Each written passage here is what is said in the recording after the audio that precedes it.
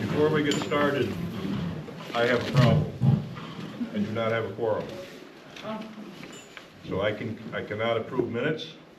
I cannot vote on anything. I cannot take action on anything. However, I can explain some things, and we can take comments. Because I can't approve the minutes, we'll dispense with that process.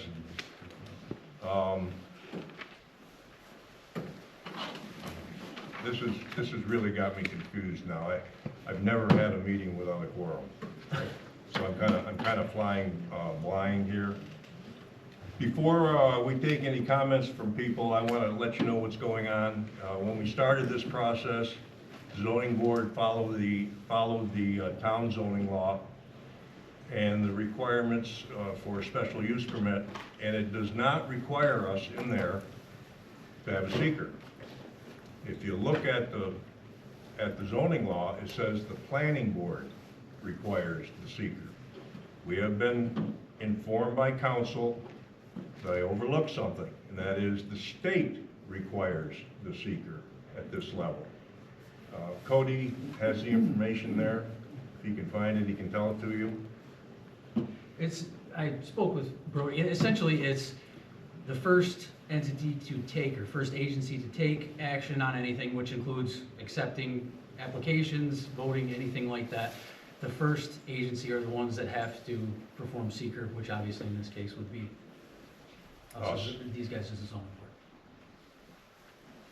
So we cannot proceed with approving or disapproving. Well, I can't do it because I don't have a quorum anyways. So we're going to leave that on the table. And since so many people are here, Mr. Clapp is here. I was going to say finally, but that's not appropriate. Mr. Clapp is here.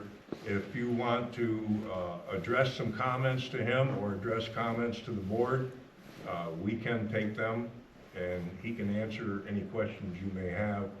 But again, I cannot take any action on anything tonight. It would have to be at the March meeting. Hopefully I'll have a quorum at the March meeting. So, now, this is not part of the public hearing. I have to leave it on the table. But if you have comments that you would like the secretary to get into the minutes, please identify yourself, step up, and apparently they want to film this, so they would like you to come front and center. And who wants to go first? Okay, yes ma'am.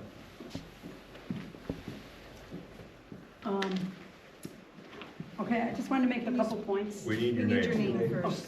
Joan E. Kernan, K-E-R-N-A-N. Joan Kernan? Yep. K-E-R-N-A-N, right? Yep. Okay. I just wanted to make a couple points on the application that I read for the development. On the requested 100-foot setback, that the developer states that at the head of the island, there are several structures already located either within or very close to the 100-foot setback. Those cottages, 3 hunting cottages, are 140 years old. They would be considered pre-existing, non-conforming, they're fine. Yes. We did have one cottage fall in due to erosion, and we were told by zoning or whoever in the county that we could not rebuild on the existing where that cottage fell in. So, you know, they were reacting to the setback, okay? All right. The other thing I wanted to say was that in 2017, we had major flooding, as we all know, anyone that was on the river or Lake Ontario. Here is our boathouse underwater, no dock, nothing. We could not use our boathouse or dock until August, end of August 2017, a little earlier in 2019. There was significant erosion. I don't know, hopefully that should be considered in the setback because we all had to wear high waters just to get through the path there. It's not mentioned at all. I guess, as you say, it's part of environmental. And also because of erosion, we had a significant damage to one of our cottages on the head of the island to the tune of $45,000, where we had to bring in stone and gravel and rebuild the foundation. So those were just two things that I wanted to point out. There was significant damage to cottage. Yes. It was unusable until we rebuilt the foundation. Would you like this included in the minutes? Is that the letter? Yeah. Not the letter, the photograph. The whole letter should be, Okay. that was emailed to you, I was gonna but say- without color. Oh, okay, yes. I did forward the email to you. Okay. Yes, thank you. Thank you.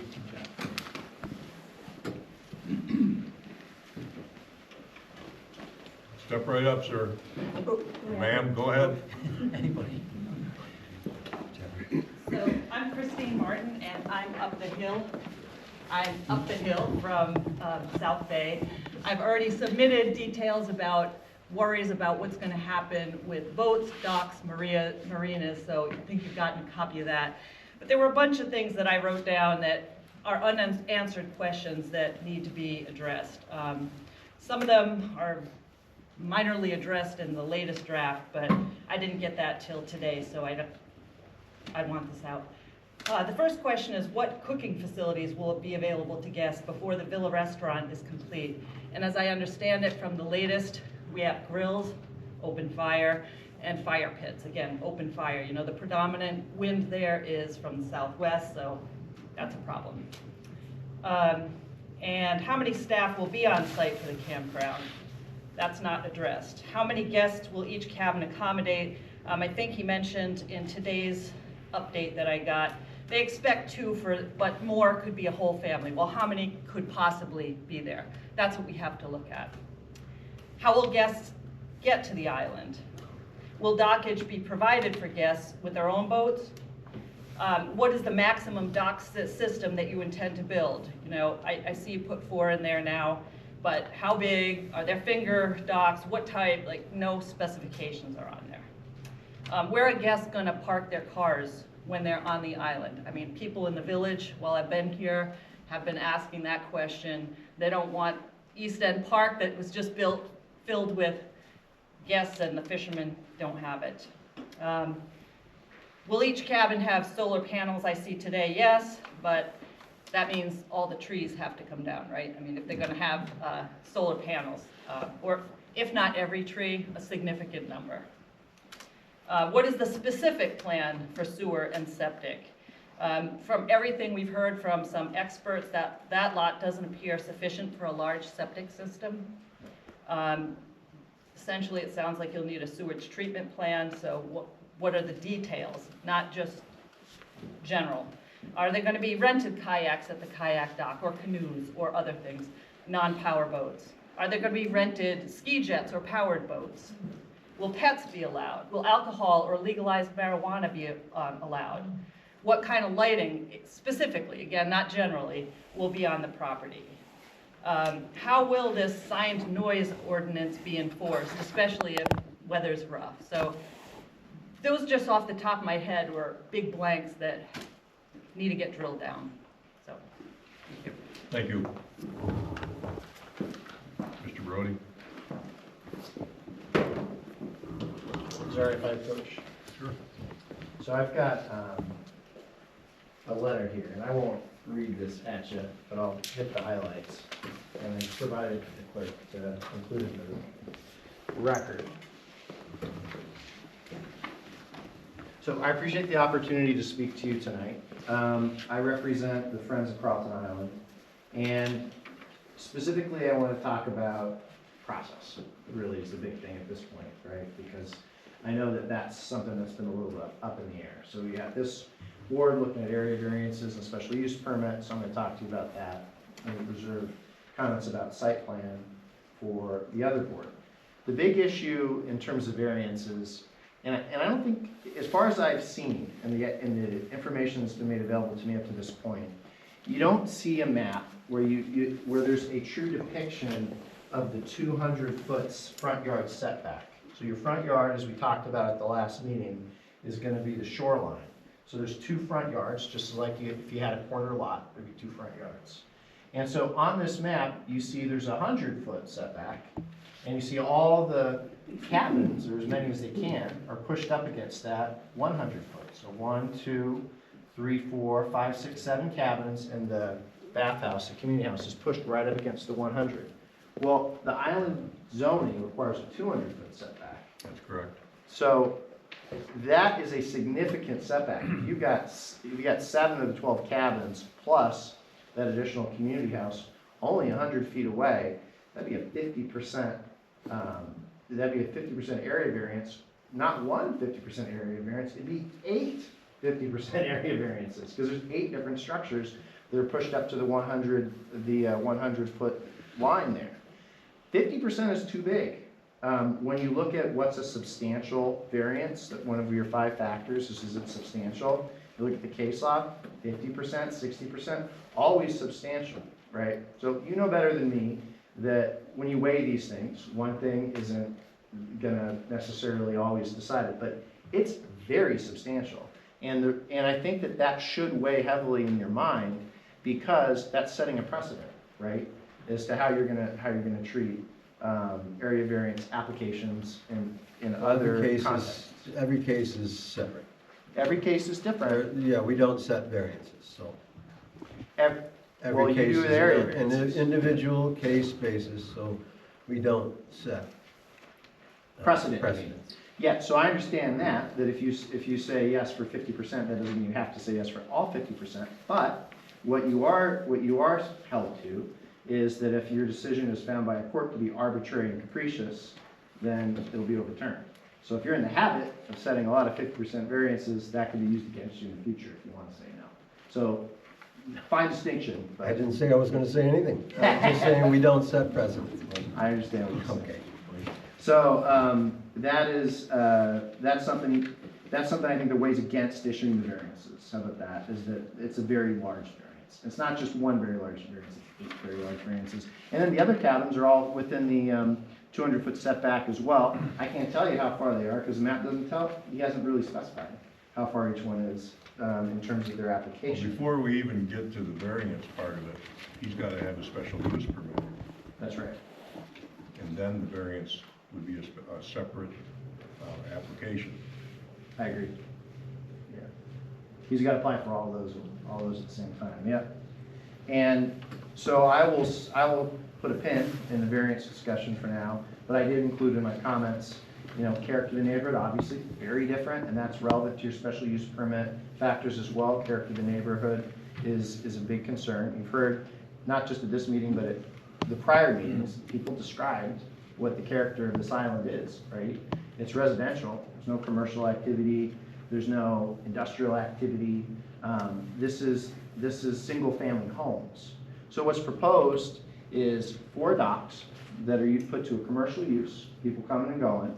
You've got 12 cabins, this community center, all pushed up, and if you look at the drawings, they're clearing out the shoreline, they're creating artificial beaches. All this is pushed right up against the property line. There's single-family houses all around it. That is something that is definitely a big switch in the character of this neighborhood. This island doesn't even have roads. That tells you how big of a switch this is, right? So that should weigh against issuing a variance too. I think that impacts on the environment is going to be a really big question mark. I don't think they're giving you enough information yet to really even begin that. I know that this dovetails with seeker, and so they're going to have to provide you like a lot more data for you to dig into to really get your arms around what the environmental impacts are going to be. If you look at the part 2 of the EAF, and they're going to get a long form part 1 of the EAF for you to begin this process. When you look at part 2, is there going to be physical alteration of land? Yeah, the 7 acres of property here, they're going to clear a lot of land.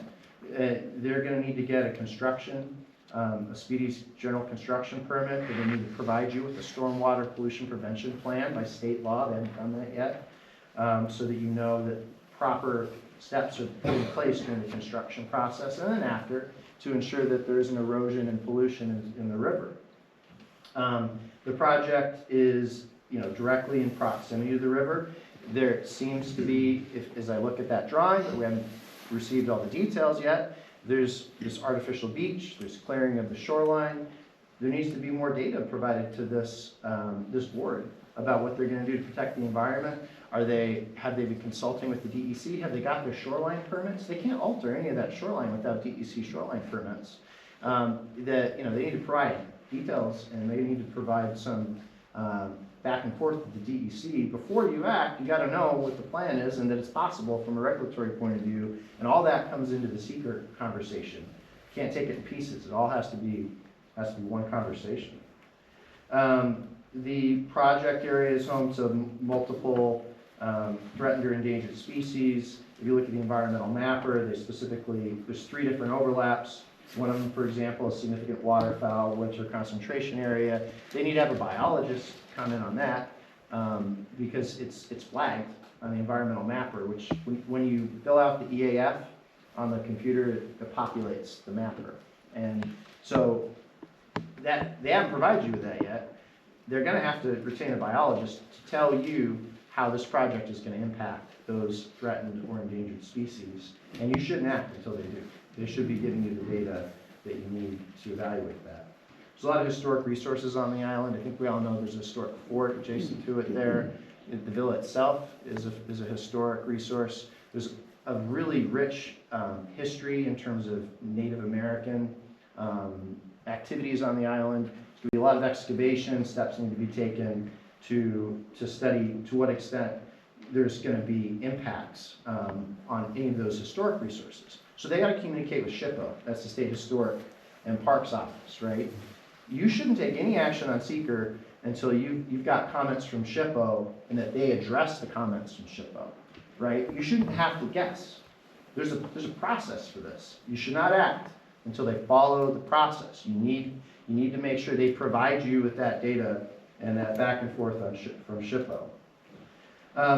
There's going to be transportation impacts, right? I think the previous speaker, very astutely pointed out, if this business was anywhere else, you'd be requiring a parking lot, right? You'd be requiring space count. Why not this? People are still going to drive and they're going to leave their car on the mainland, but all the same amount of cars are still be involved. Employees, customers, there still should be parking set forth. The fact that just the village is just going to have to, absorb the parking for people who come and stay a week, where they're going to leave their car on the street in the village, I don't think they've really thought that through. They should be providing you with a parking plan and some accommodation to show how that's going to work. And I haven't seen that yet. There's no articulated plan that I've seen to provide energy. I know there's been some discussion of solar, but that needs to be designed and shown to you. And then there's going to be a lot more density on the island in this spot than has ever been contemplated on the rest of the island. It's very low density development pattern currently on the island, right? So when you're looking at the environmental impacts of all of a sudden having this tremendous density in this one spot, it's important that they provide you studies for you to evaluate that as well. So anytime you'd have a project like this in other places where you're building like a resort like this, you'd expect to have a photometric study showing where the light's going to go. Is it going to go over the property lines? Is it going to cause sky glow? What kind of equipment are they going to use to make sure it's spotted, it's not flooded? You need a photometric plan. They need to provide you a photometric plan from an engineer, right, from a PE. Here, right now, there's just woods there, right? They're going to clear it. Everyone admits that there's all these historic resources. Everybody admits that the St. Lawrence River is an aesthetic resource. They need to provide you with some sort of visual simulation. So you're going to be changing in a drastic way people's view sheds if you build something like this. There's houses all around it. People use the river, it's a public resource. So people boating use the river. It matters what it looks like from all those vantage points.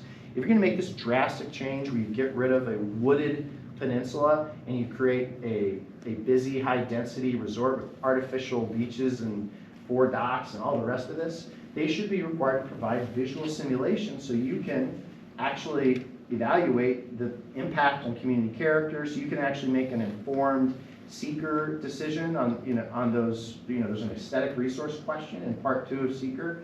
They need to provide you with that study. They need to provide you with that data, those visual simulations, so you can make an informed decision. And then noise. This is the general development pattern on this island is, house in the middle of, silence, peace, right? Well, not anymore. This is going to be a busy, bustling resort. It is very important that a proper noise study is done for the construction phase, for sure, right? But then also for the operational phase. And I would expect if I was the developer's attorney for anything like this, that we'd have to provide a noise mitigation plan. There's houses all around it. We're trying to locate this business in a residential context. And so the DEC has a noise policy that tells you, if you're 6 decibels above ambient, can't do that. Maybe you got to look at burns. Maybe you got to look at some sort of noise attenuation. There's systems for all this, but none of it happens until you require them to do a noise study. You got to tell them that this is not a complete application until they provide noise studies and noise mitigation plans. And then I'm not certain there's sort of a communal bathroom in the middle of all this. Is there going to be odor impacts? How's that going to work? Engineers should be able to chime in on that. The last thing I'll say is the sewage is really important. It's true that state DOH is ultimately going to make the final decision as to what sort of system they're going to have. But you need to know what that decision is so you can decide whether or not the design is adequate, right? Because you're making decisions about variances and the special use permit and the design of the facility is all mixed into what you're deciding. If they sort of say, well, we'll deal with that later when we talk to DOH, well then you're not getting all the facts when voting on your design, right? So they need to do that homework. They need to go and have that interaction with state DOH as to what system they're going to put there. And our suspicion from talking to engineers that we've discussed this with is there's just not enough space considering the amount of development they want to put there to do with septic. So they're going to have some sort of sewage treatment, some tanks, some tanks you pump out. But they got to design it though, right? They can't say, oh, we'll design it later, it'll show up where it'll show up. You're evaluating a plan. They need to finish the plan before you can really have the opportunity to evaluate it. So I appreciate you indulging me. I know I talked a long time. There's more in the letter. If you have any questions, I'd be happy to answer them whenever you'd like. Thank you, sir. Thank you. Anyone else?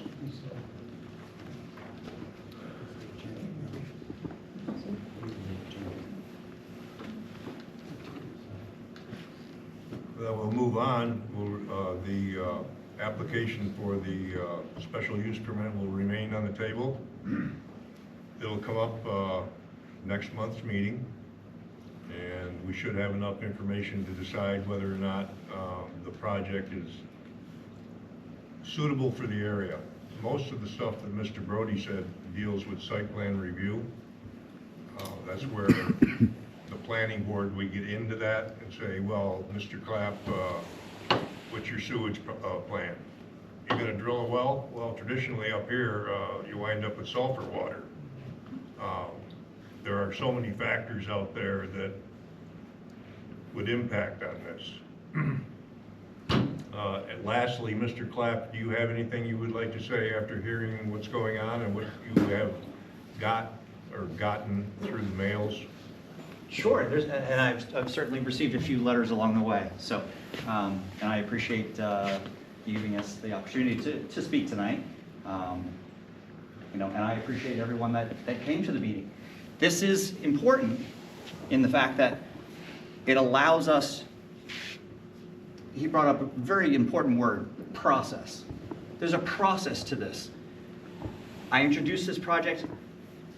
I bought the villa in 2022 because it was a cool project and a cool property that had lots of opportunities in place. What that all entailed, I didn't necessarily know. I didn't buy it for that. But in order to get this kind of property that has been forgotten for over 90 years, we're coming up on almost 100 years, that it's been forgotten. Actually, it's not even been forgotten. It's been left because it has been owned. It's been owned for its whole entire time period.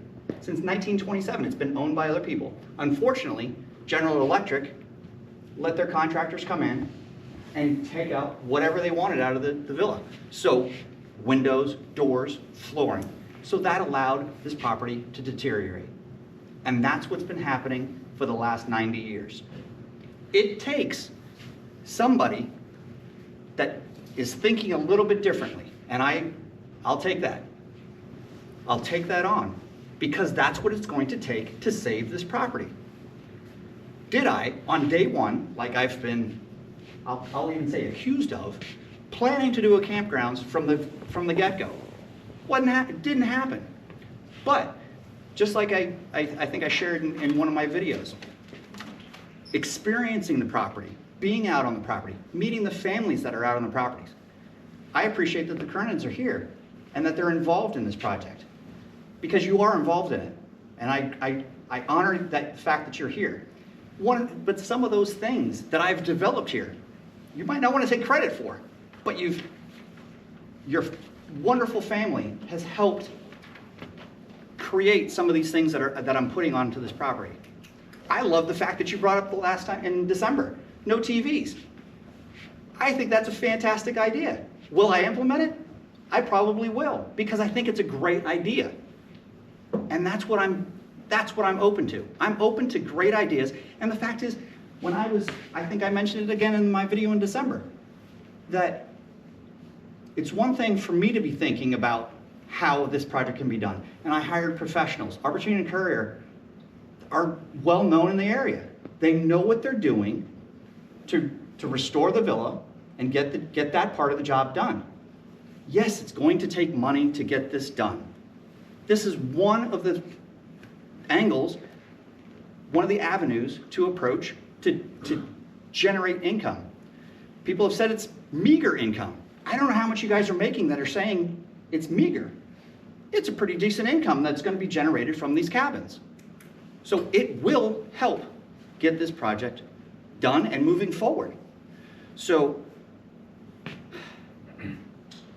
I appreciate the fact that I now have a team that's working on this project, and you may not agree on it, but the thing is that those negative things that have come out from from the opposition, we'll call it, are helping this project get better and moving along step by step. Now, I say about the word process, because this was a process. I wasn't supposed to have all of the answers that you're bringing up for doing the special use permit, for doing the variance. I wasn't supposed to have all the answers because it's not that point in time yet. Those answers will come out and will come about. And that's what's, Seeker is going to help generate some of those additional answers. But it is a process. This project, even when we get the green light for the villa, it's going to take 3 to 5 years to get that villa back up and running, to have people going in there and enjoying its original grandeur. The fact is, the opportunity that not only I have, this is a legacy property. And people have brought up about money and that kind of stuff. This is a legacy property. It's not all about the money. I feel that, and I know that. I hope, through more conversations with everyone, that becomes all the more clear. And I think I've had multiple conversations with people along the way, that they understand that. I've had contractors go out there, and they're like, oh, you're actually going to do this. Because people have talked about buying this and doing this for years. It was for sale for at least, I want to say, 15 years. I know 12 years, but I think it's been closer to 15 years prior to me purchasing it. Again, it was also available to everyone. It's been available. But I'm the one that purchased it. I'm the one that has created a plan. I didn't create a perfect plan because I'm not perfect. We're not perfect. No one's perfect. But it's going to take a plan that we can step through the process and get it all done. Number one goal, and I'll say it here, I've said it in print already and online. The number one goal of this project is to restore the Carleton Villa, period. How we get there, that's part of the process. That's what we're gonna figure out. That's where I think my large team now of everyone involved, I read these letters. I didn't dismiss them. I didn't say, oh, they're just naysayers. I took them, I read them, I tried to figure out different approaches for how we could get these things accomplished. Some of the neighbors were great in the fact that they actually would communicate. Some, because I guess with legal counsel, they didn't necessarily openly communicate like I think I would love to have. I'd love to be able to have that conversation with them and say, how can we address things? David Kernan, I had conversations with him via email and text or whatever. But we got things accomplished, and we got things accomplished in days. It didn't take months to clarify things that were on here that might not have been noticed. I said, what exactly needs to change to make it agreeable? And I instantly, mentally, I was like, certainly, we can do that. That's not an issue.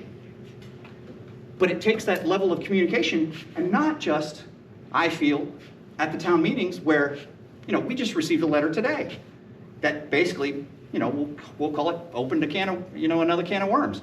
Okay, now we can look at that and deal with it. But it shouldn't necessarily be just at the town meetings where they come up and I'm like, oh, well, what do I have an answer for? Or how can I answer that? If there's open lines of communication, which my cell phone is out there, my email's out there, social media is out there, direct message me. I'm open to it, and those neighbors of the community that have reached out to me, been more than happy to discuss, share, let them know, hey, here's the newly updated plan, We made those changes, but literally that thing, those issues that we got addressed happened in days. It doesn't take, I can't say it's not always going to take, it can always take days, but the time frame can be condensed by open communication. And I'm about that, no question about it. So I hope, and we'll even look at some things, and I appreciate the additional questions, and we'll try to address them. So, sure. Thank you. He's got a question. I have a question for Ron. Yep. Ron, so a major question sitting behind why we're all here is whether or not the proposed campground is really a viable way of generating revenue that would support the restoration of the villa. Sure. So my question for you is, have you prepared, and if so, would you share a business plan that actually shows all of the capital costs going into that campground and its operating costs and the likely usage of these cabins and their rent that would demonstrate, because you seem confident that it would generate positive income, that would in fact demonstrate that? I mean, most business projects, they get off the ground with a business plan that can be looked at, scrutinized by knowledgeable people who could see whether or not this or that element of it was a pipe dream or realistic. Sure. So that's my question to you. So some of the... Hold on, sir, what is your name? Dave Kernan. Dave, thank you. So some of the upfront costs, we don't know, because even last month, I had a whole lot more cabins. So that's more impact in regards to the sewage systems and that kind of stuff. We reduce that, so that reduces certain things. So some of the upfront costs, I can't necessarily go into. But when we talk about meager income, that could be generated from the property. And with all the enthusiasm in regards to the property, that it's going to have all these people, that means that we're going to have full occupancy. So let's just hypothetically talk that everything is fully occupied. These cabins, this is not the $25 or $45 a night or tents that you rent out at the state parks. These are $150, $200 a night cabins. Is that typical? Yes. For nice cabins, for glamping, it's glamping, and just in case everybody doesn't know, it's glamorous camping. You don't have to, you basically bring your clothes and yourself. And you can bring whatever else that you want, but it's basically the bedding, the furniture is all there for you. So you're paying $150, $200 a night.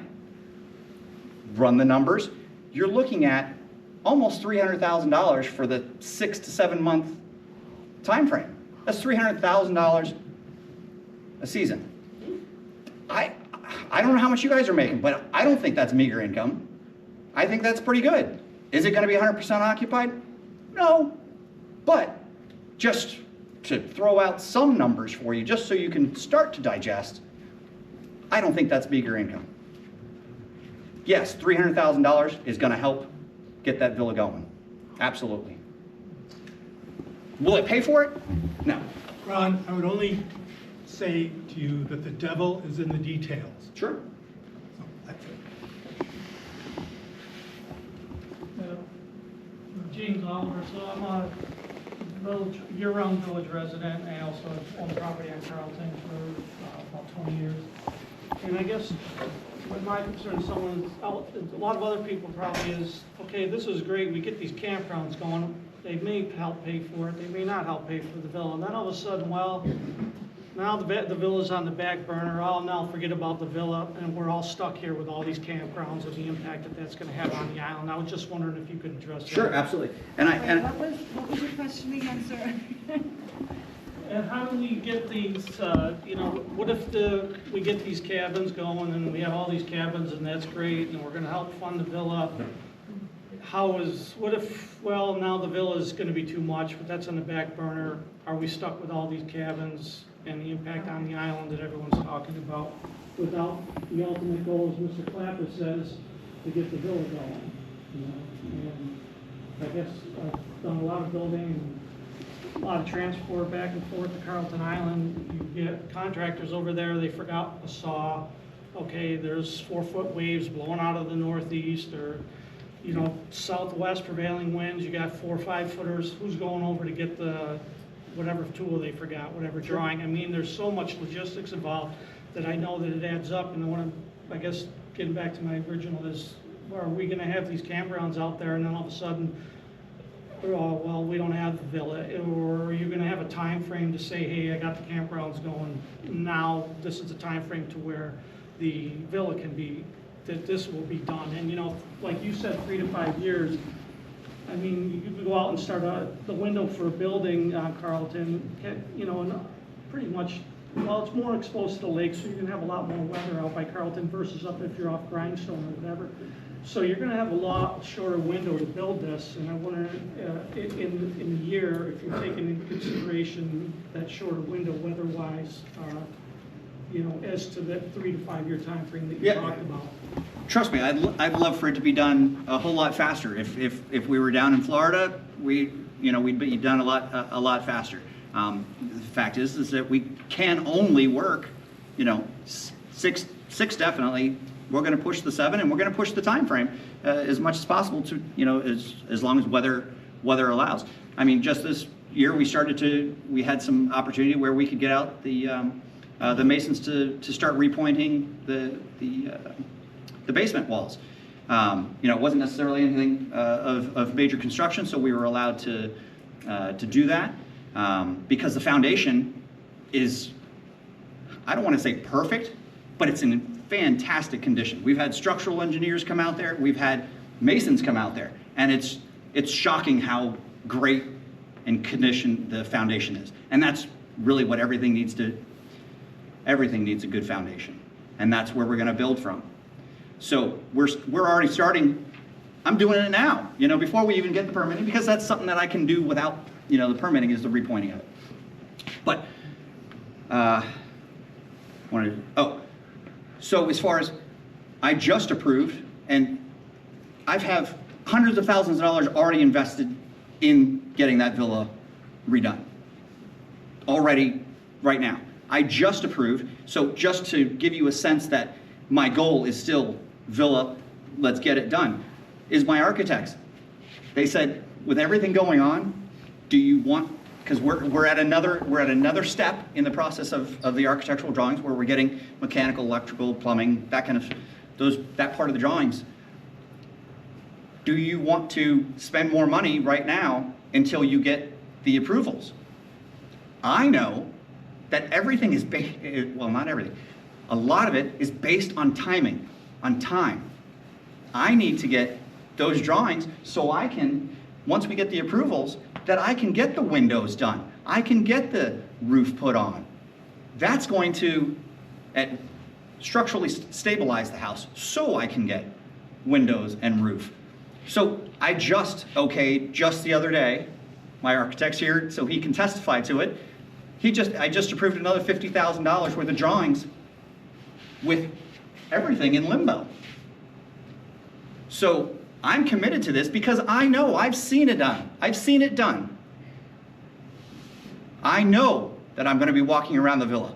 I know that even the neighbors that are in opposition are going to come to the villa. It's a close restaurant. It's a beautiful place. Yes. So I hope that answers your question, that I committed just the other day another $50,000 towards drawings. So. Ann Kernan. Ann? Yes, with an E. I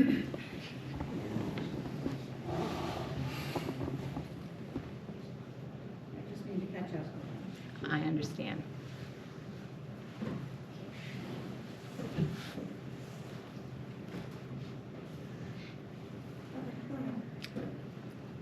Ron, I think that the Islanders were excited at the thought that the villa could be restored. But they really were flabbergasted when they heard about the island becoming commercial with a campground. Now, if you're truly serious about restoring the villa, I would think that that's where all your capital and in engineering and everything else would go, and let the island, it's residential. And as he has pointed out, there are numerous concerns about having a campground. And the villa is historic, but the campground is totally commercial. Yes, but we're adding commercial to the villa itself. Just in doing the restaurant and the hotel that has come about. So unfortunately, it's going commercial. Not really. If regardless. You're living there, it's a residence. And if you were saying it's going to be a bed and breakfast, that requires you're living in it. Well, it is. This again is thankful to one of the other attorneys that was here in December. I envisioned it. I always shared openly in social media that bed and breakfast, and that's what really started.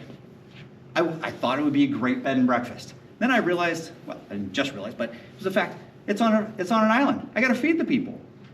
Okay, so let's make a restaurant, open it up. So there's a process to my thinking too, unfortunately. There's a difference between a bed and breakfast and a full-fledged restaurant, though. Well, now, but thanks to that attorney, it's now a hotel, which it has a nice ring to it, but it's now a hotel, unfortunately. But I guess people were thinking this would be lovely if you restored a historic home and made it your home and did not make it a commercial enterprise. That you could say, oh, well. It unfortunately doesn't make it. Well, I guess things just didn't turn out as I thought they would go. And then you're up and gone and we're left with what's happened to our island, what's happened to the character of this residential place. That's really my big concern, sir. I understand it, and I can only say that I respect you, and I respect your family, and I respect the island residents. My intent is so far from being able, far from walking away. This property is not going to be for sale. It's not even in my thought process that would even ever happen. So I can only tell you that is not my intent at all. So I don't know, it's unfortunately, because it's a hotel and restaurant, it's going to be, it has that commercial aspect to it. It doesn't have to be a hotel. It could be your residential historic home, and leave it at that. I don't need a 15,000 square foot house. Well then, Why'd you buy it? So, you know, I bought so on that same day that I bought the villa, I bought the largest home in Cape Vincent, you the did. 15,000 square foot house, Carleton Villa, but I also bought one of the smallest. I bought a 500 square foot house on the same day. I don't need 15,000 square foot personally, but I saw the opportunity for the villa. So, yes, I took a risk. I took a risk in doing that, and hopefully I get all the approvals that I need to do to get to that point. But it took somebody to take a risk on that villa. Your family had an opportunity to buy the house for all these years if you wanted to see it continue to sit and rot, because that's all it's been doing for the last 90 years. It's been your neighbor. I'm telling you that it's going to be a beautiful house. It's going to be one of the most beautiful houses in the Thousand Islands. Well, those are handsome words, but as David pointed out, the devil is in the detail, and we need to see details, and we need to see a time limit, and we need to really see those things first. Thank you, sir. Yeah. May I speak? All right, hold on one second.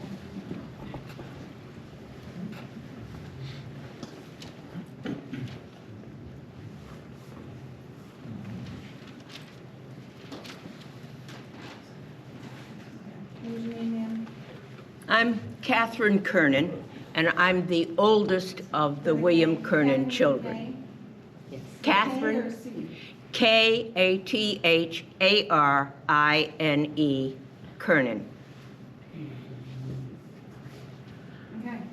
I'm an artist, and I've been painting on the island since I was 10. And part of what is beautiful about the island is its serenity and peace. My question to you, Mr. Clapp, is what are even 25 people who come to your campground going to do? Just sit around their fire pits, or are they going to go into the rest of the island? Because they, by themselves, pardon me using another word, are an invasive species. And I thank you. Thank you. So, I don't know how many acres your family has. How many acres is it total? 4 acres total? Your family does a spectacular job of making use of the island of only 4 acres and nothing more. I don't know, I mean, I don't keep track of you, but I know that your family has a beautiful time there. I've watched it. I've witnessed it. I want to replicate it. We want to commercialize it. I want to replicate the beauty of your family. You don't understand. I have seen it, and I think it's beautiful. And I know that you fear the change, but I don't want you to feel that way, because that is not my goal. That is not the Disneyland. I'm not creating Disneyland. There's no Disneyland here. When I reduced the number of cabins, this is all trees that are here that's preventing you even potentially even seeing them, except for when you're walking down your path to go over to your property. We're keeping things as much there as possible. These cabins here are primarily, and for the purposes, are really for my construction side of things.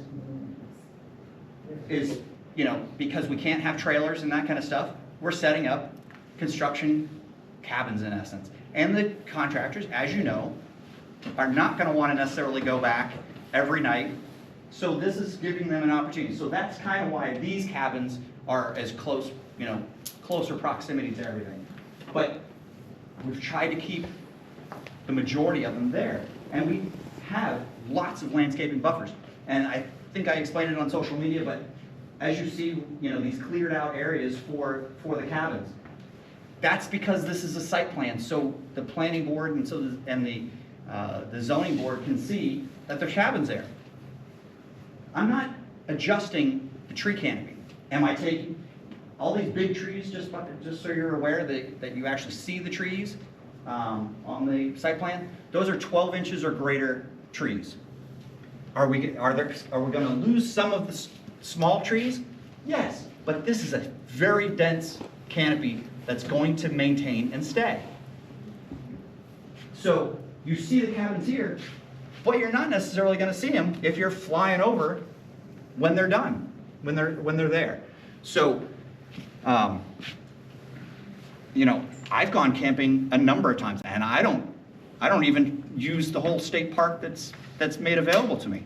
So, can people enjoy just that space? I think so. And you guys enjoy 4 acres. No, we use the rest of the island.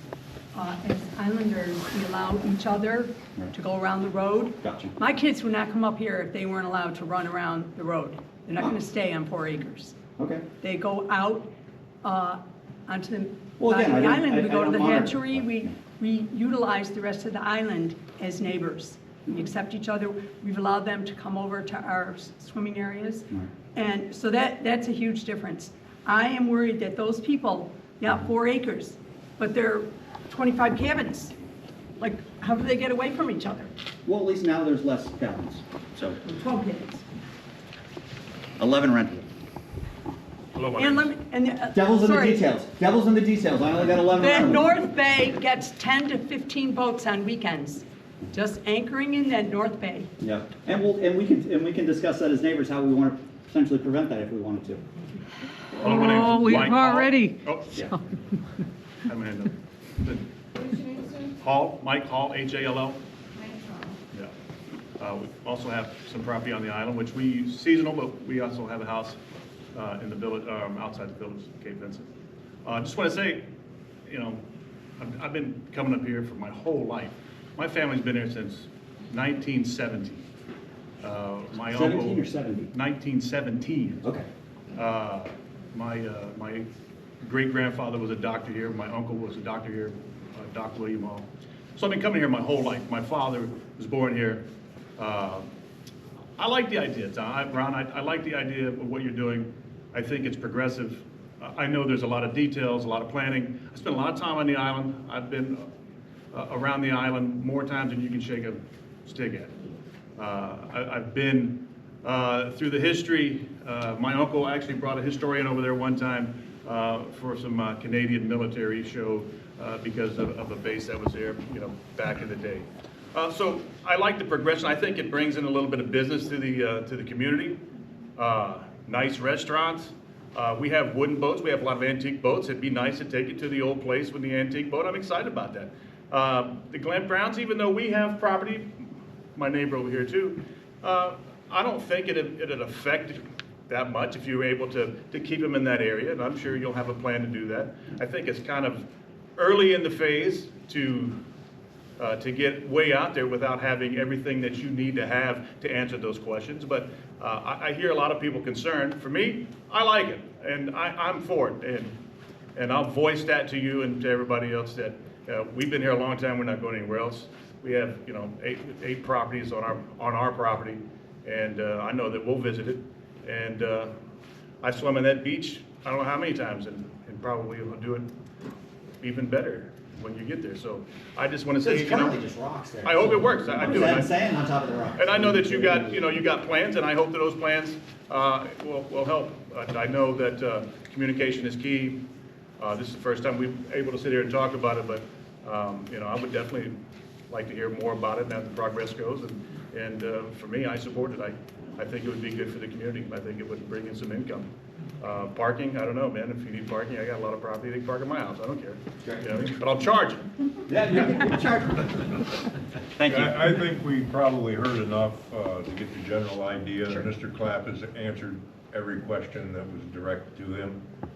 So I'm going to continue on with the meeting, which Thank you. means we have no new business. Any of the board members have anything for the good of the board? No. Well, now that Daryl's here, we want to finish. Yeah. One thing, we'll back up now that we have a quorum. Daryl, did you get an opportunity to read the minutes?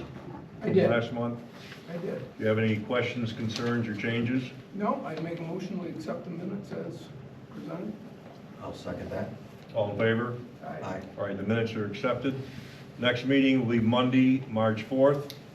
Hopefully, Mr. Clapp will have the seeker into us before the Friday before the meeting. We would like to really take a look at it. I understand. I Yeah, understand. 4:08 on Friday just doesn't. Trust me, I wasn't happy about it either, but that's,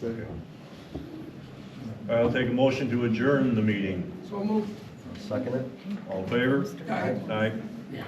Meeting is adjourned.